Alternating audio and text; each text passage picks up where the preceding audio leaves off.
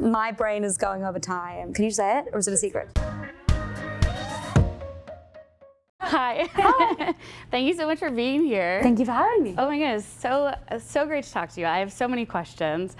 It seems like it's so much fun to just like witness you and your whole team and your band go on tour and be on the road together. So can you take me into kind of what that's like and break down the friend group? That is such a good question. Wow. Yeah, it is so fun. We do have the best time. I mean, in chronological order, from the beginning, Tina, the keys player, was the first member of the band. And yeah, we're like best friends, we're like sisters really, and we used to share hotel rooms, and now we're like a bit more successful so we don't have to, but I miss those days. And I can't wait for you know when they say everyone that comes up has to come down? I can't wait for when I come down so that me and Tina can share a hotel room again. So that'll be good. Love Tina Keys. Then we have Joel, who's my guitarist, who's very sweet, and just got married, and we went to his wedding recently in Spain. It was me and Tina sang his now wife down the aisle, which is very wholesome. Yeah, Joel Wholesome King, sort of like father of the band. Then the drummer, Jack, who, as previously mentioned, not a lot going on up there, but you know, a lovely boy. And when he joined this tour, he like truly had like, you know, 3 hairs on his chin, like he was a baby. But now he has like 7.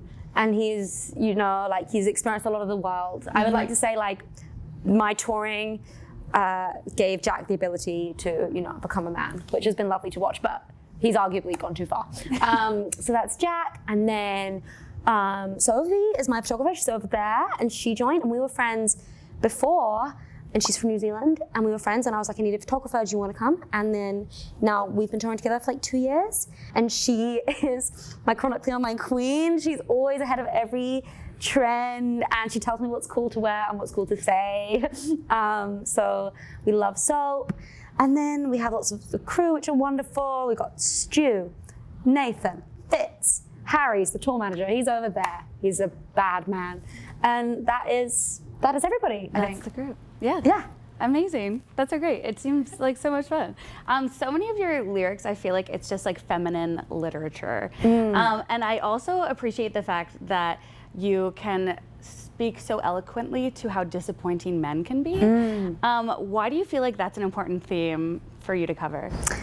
I guess because, you know, it is the history of man, so to speak, to reference myself. And I guess it has been written about many times, but I do think there's something so sort of poignant and like bittersweet in the feeling of disappointment, and because I guess it suggests that there was like such hope at the beginning to be disappointed, and I think that's like such a lovely sort of like knife's edge of like you can write about both of them in one. Yeah, no, I like that. And I feel like you do it in such a great way. Thank you. Yeah, it's wonderful.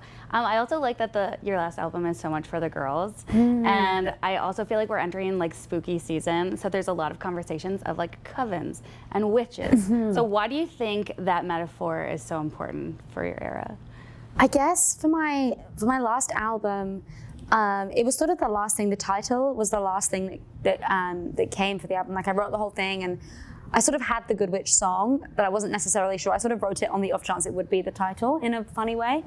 And then I finished it once I decided that that was the title. But I was looking for a title for a long time, and I ended up sort of landing on the Good Witch because I loved sort of like what it suggested. I love like the femininity in it, and also like the power and the sense of like destruction that it brought. And I feel like that was like a chaotic time in my life, and I think the album suggests that like there's sort of like highs and lows and like a lot of dramatics to it, and I liked that the Good Witch like suggested that and brought it together. Yeah, with Halloween now kind of coming up very soon, do you dress up for Halloween?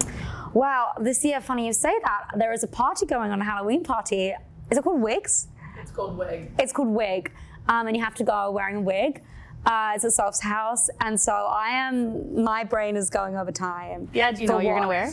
No, I don't, but there are obviously lots of fun options. What are you going as? Can you say it, or is it a secret? Mattel. She's going as Trixie Mattel. So, Wig. Yeah, literally. And I sadly don't have the outfit anymore, but I did this music video for a song called Psycho, and I got my friends in it, and we all pretended to be me, and they all wore like my old hair as a wig, and this like very specific like kind of campy outfit.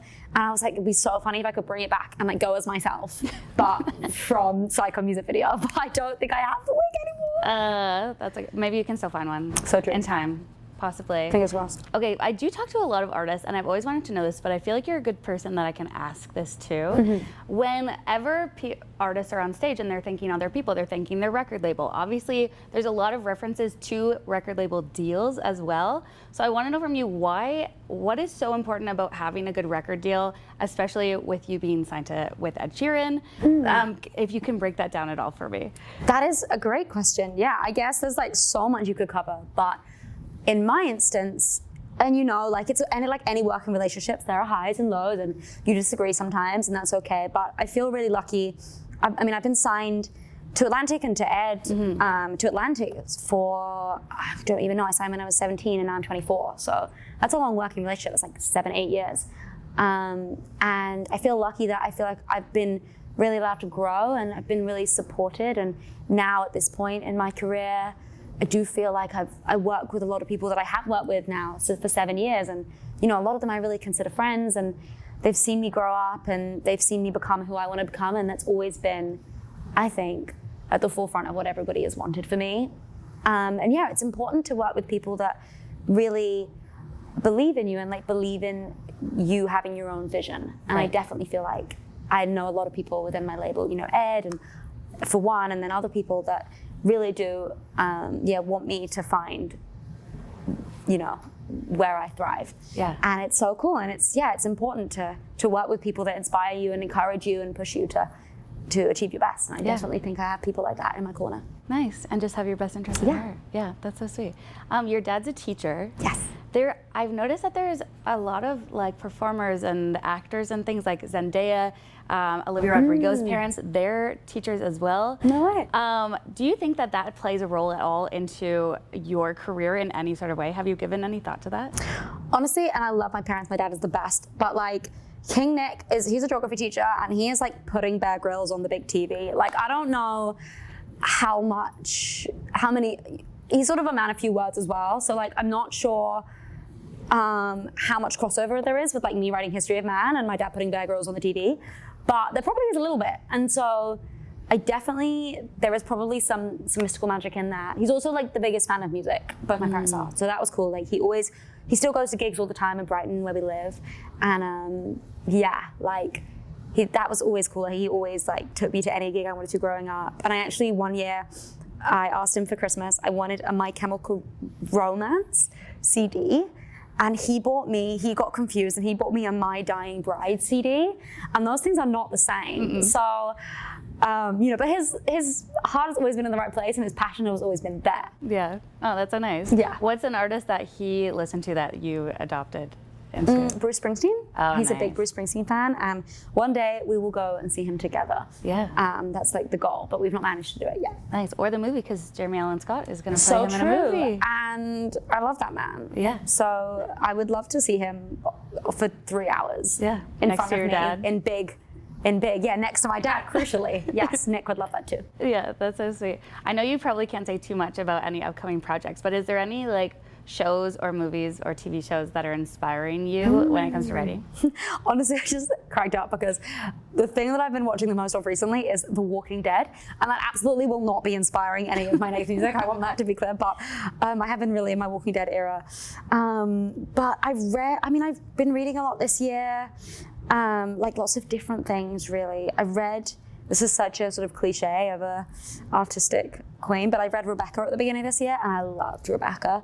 And I definitely wrote a couple songs. Who knows if they'll, make the album, but I definitely wrote a few Rebecca inspired songs because I just, loved the world so much. Nice. Well, excited to hear everything you have to come out in the future.